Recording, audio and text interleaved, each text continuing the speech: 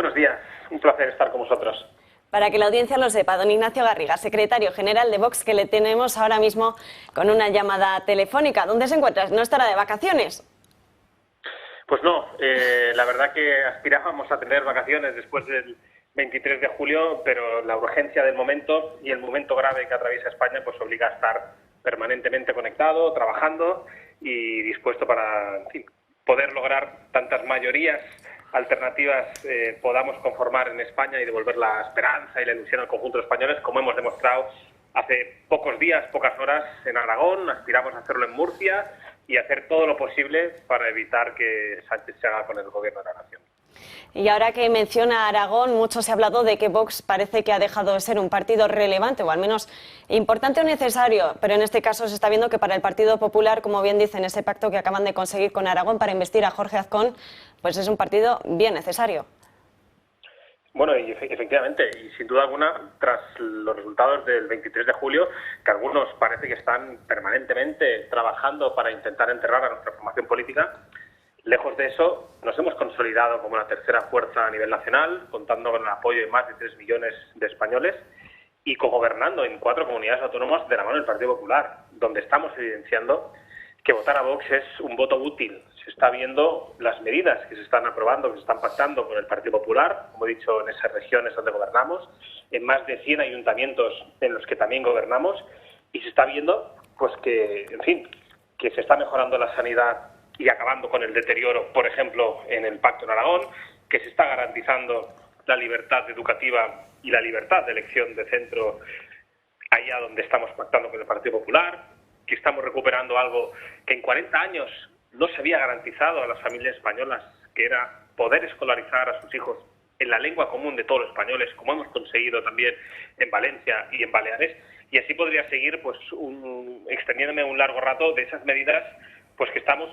logrando sacar adelante en aquellas regiones donde estamos gobernando. Por tanto, Vox está más fuerte que nunca, es más necesario que nunca y, sin duda alguna, estamos llamados a conformar tantas alternativas como podamos con el Partido Popular para hacer frente a Sánchez, al separatismo y a los filoterroristas que parece que están dispuestos a protagonizar un nuevo envite contra la Constitución, contra el futuro de españoles y contra la misma unidad de la nación.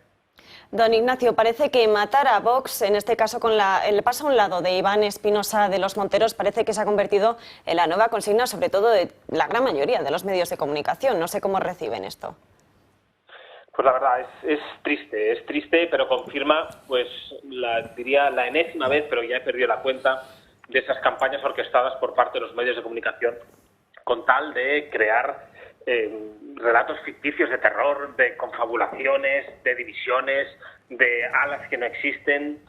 Y quiero aprovechar, por supuesto, para expresar una vez más mi gratitud, mi profunda admiración a una persona como Iván Espinosa de los Monteros, que ha sido uno de los mejores portavoces parlamentarios de la historia reciente, por la gran e ingente labor que ha protagonizado por España y por las ideas de Vox. Un amigo, en definitiva, que, como él mismo ha dicho, sigue en Vox, algo que niegan y ocultan los medios de comunicación. Hasta hemos tenido que leer titulares como El Mundo, ¿no?, que decían que Iván Espinosa abandonaba Vox, cuando él mismo decía que seguía como afiliado de base y, lo más importante, que está a disposición de la dirección del partido para realizar lo que consideremos oportuno tras haber dado este paso atrás por motivos personales y motivos familiares. Por tanto, insisto, es una campaña más de demonización, de mentir sobre el mensaje, en este caso de Iván Espinosa de los Monteros,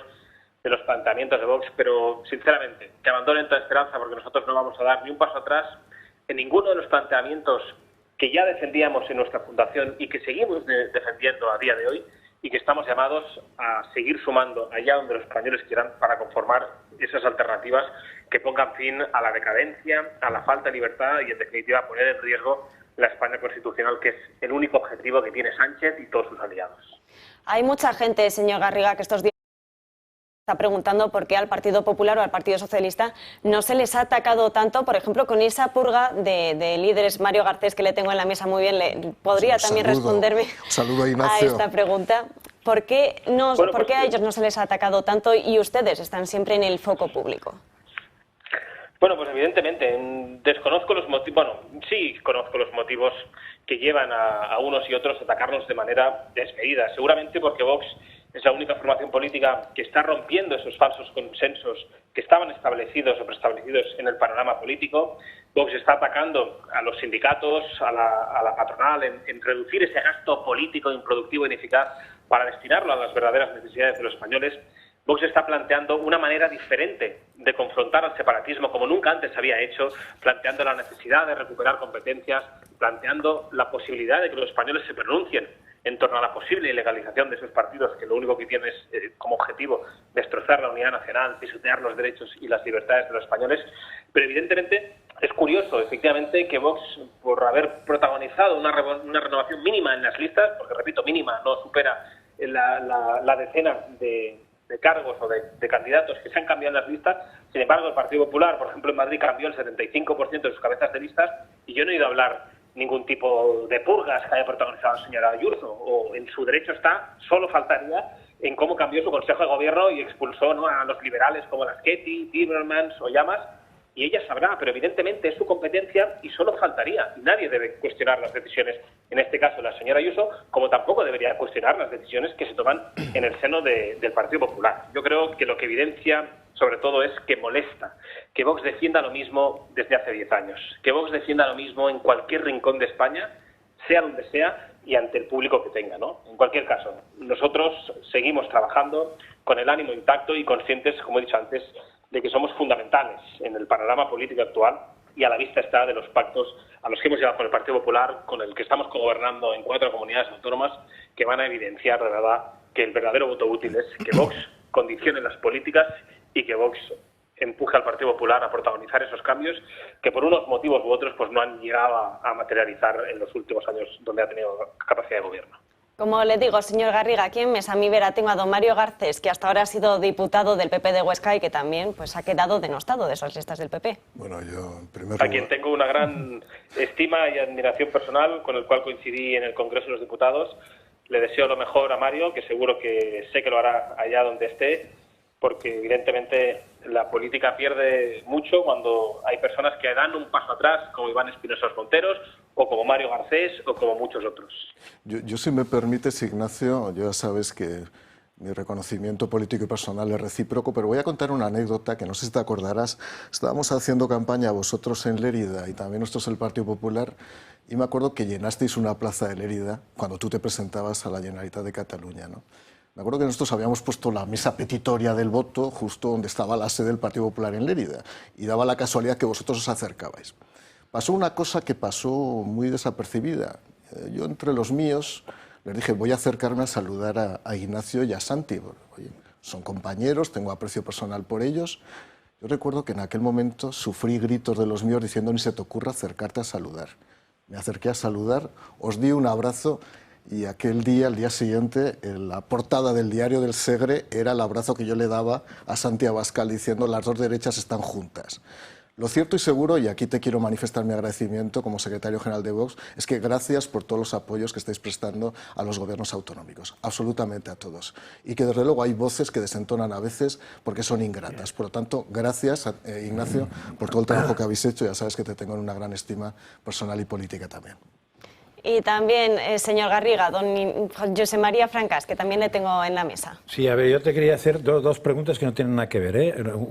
La última es sobre si te apetece entrar en el tema de la política catalana, pero en la primera es curioso porque ahora mismo sí que es verdad que llevamos unos días desde, bueno, podríamos decir unos días, podríamos decir unos años, creo que son 10, pero últimamente muy destacados en que la cantidad de palos desde la prensa, no diría que de izquierdas, porque yo esta mañana estaba escuchando radios que de izquierdas no las catalogaría mucho y el palo era absolutamente el mismo, por derecha, por izquierda y pensionista. Y entre los muchos argumentos que se dan para arrear a Vox es que está en caída libre. Claro, yo me choca porque me parece que, como has dicho, estáis cogobernando 4 comunidades, puede ser que 5, y esto parece que es una cosa que ha ido a más, o lo que acabas de decir de 100 ayuntamientos, ¿no? Cogobernando, no sé si gobernando o cogobernando, 100 ayuntamientos. Entonces, igual es una caída libre muy curiosa esta, ¿no? Y el segundo gran ataque que se hace, que es sobre el que te quiero preguntar, se dice que Vox no ha hecho ninguna crítica interna, que no se ha enterado de que ha perdido no sé cuántos votos y no sé cuántos diputados y que no hace ninguna crítica interna. ¿Habéis hecho alguna crítica interna? Bueno, gracias. Bueno, en primer lugar, evidentemente, esos ataques de los medios de comunicación, donde todos al unísono están hablando sobre esa supuesta caída libre de Vox, corresponde, como he dicho con anterioridad, a intentar hacer daño a una alternativa política que legítimamente levantó hace unos años una serie de banderas que han permanecido izadas y que van a seguir permaneciendo izadas, a pesar de medios de comunicación, de otros partidos políticos o intereses varios que les incomode que Vox esté planteando ciertos temas que ellos habían decidido esconder en algunos cajones. Evidentemente Vox no está en caída libre. A los datos electorales me remito, donde hay más de 3 millones de españoles que nos han dado su soporte en las últimas elecciones, y el 28 de mayo, insisto, nos permitieron gobernar con el Partido Popular y conformar esas alternativas. Por tanto, que dejen de auspiciar esas teorías conspiranoicas y de ficticias del terror, porque no van a poder, entre otras cosas porque los españoles han captado claramente los mensajes que Vox está trasladando al conjunto de los españoles, y hay una base suficiente que está de acuerdo con ellos, y estamos convencidos que cada día será mayor. Dicho esto, crítica, por supuesto, solo faltaría. Siempre hemos hecho procesos de reflexión interna, cuando teníamos 52 diputados, como cuando teníamos 24, como el pasado 28 de mayo, donde nos permitió entrar en 4 gobiernos regionales y más de 100 ayuntamientos de toda España, como el pasado 23 de julio. No entenderíamos no hacer autocrítica, no valorar las cosas que se han hecho bien, las cosas que se han hecho mal, porque entre otras cosas nos estaríamos haciendo la trampa al solitario, no seríamos responsables con los españoles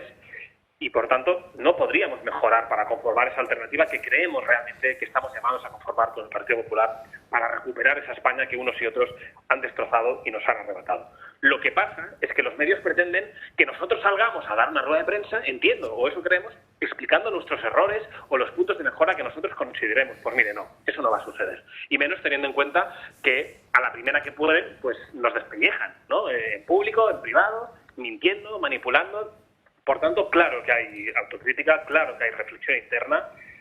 la hay diaria, la hay especialmente tras las elecciones generales, pero insisto, esa autocrítica corresponde a los órganos de gobierno internos tomar las medidas oportunas y en ningún caso, insisto, airearlas de manera pública, teniendo en cuenta que hay cientos de medios de comunicación esperando carnaza para destripar o contribuir a esa gran campaña de hay que matar a Vox.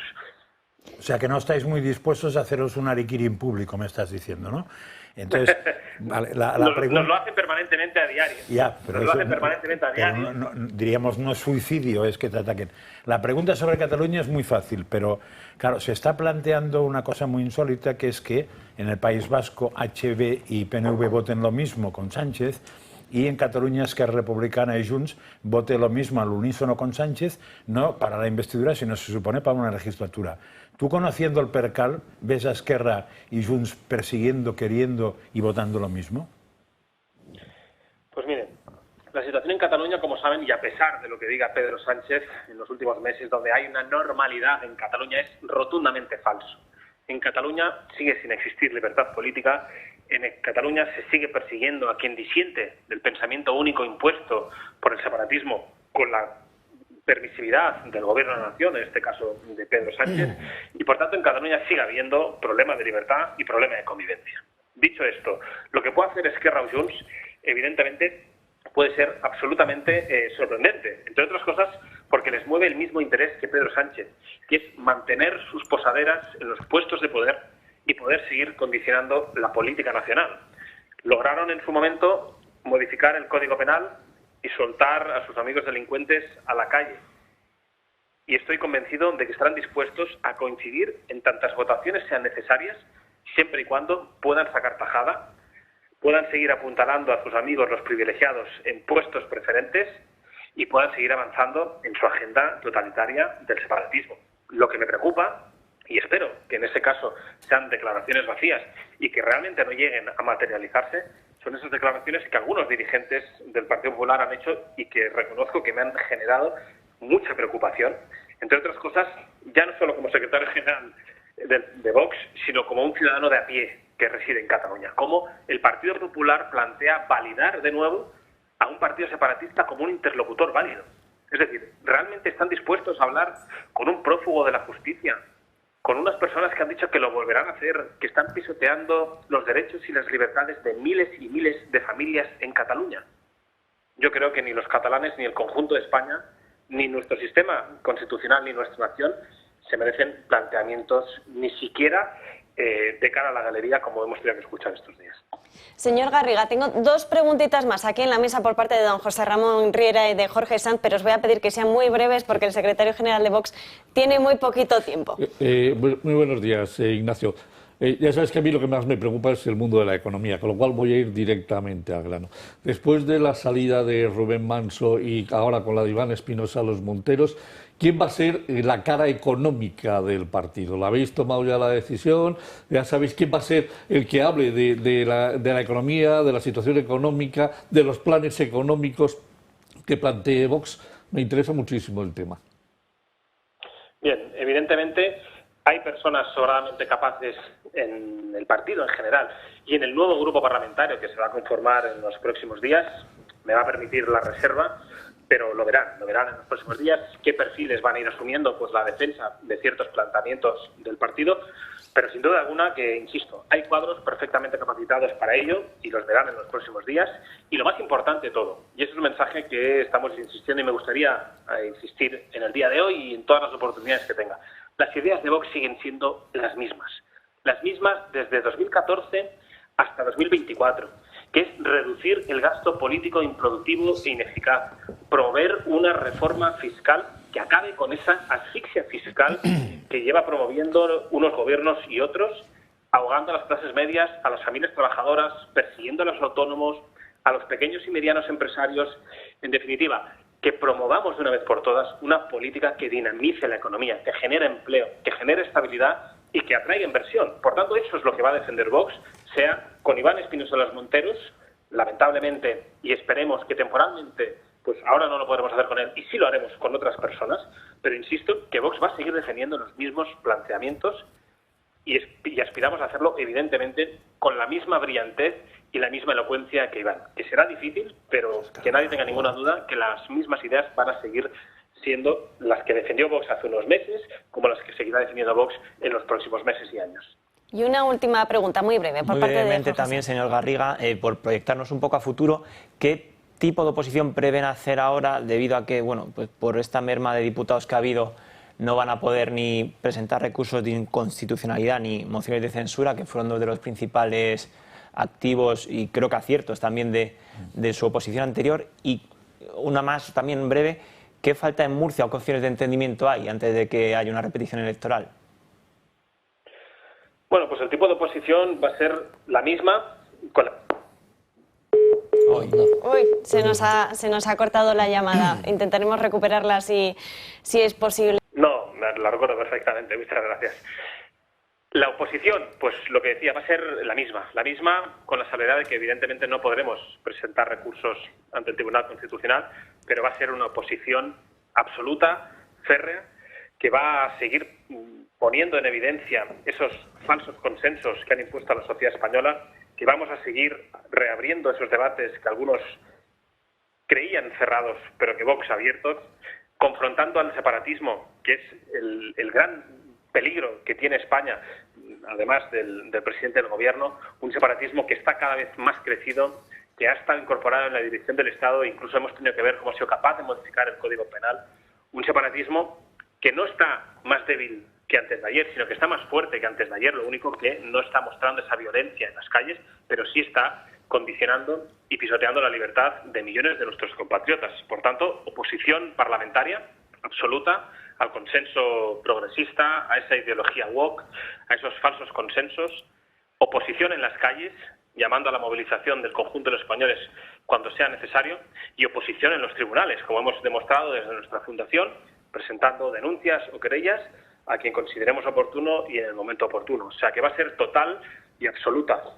no con 52 diputados, sino con 33, pero con la misma determinación y con la misma ilusión.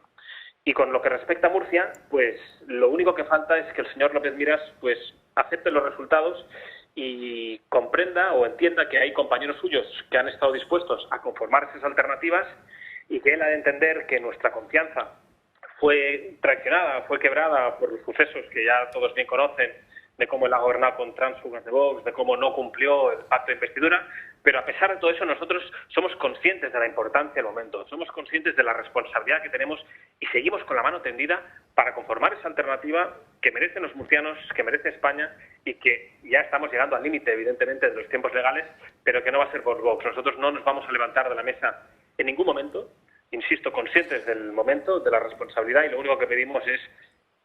más generosidad y más responsabilidad, en este caso, al señor López Miras. Pues don Ignacio Garriga, secretario general de Vox, muchísimas gracias por habernos atendido esta mañana. Ya sabemos que está siendo una semana un poquito movidita, pero saben que siempre tienen abiertas las puertas de nuestra casa, del Toro Televisión y de Dando Caña. Pues muchísimas gracias a todos vosotros y como he oído que es el último programa, pues les deseo un feliz descanso estival con la familia y poder recargar las pilas. Muchísimas gracias, don Ignacio. Bueno, y llegados a este punto del programa, vamos a retomar este y otros asuntos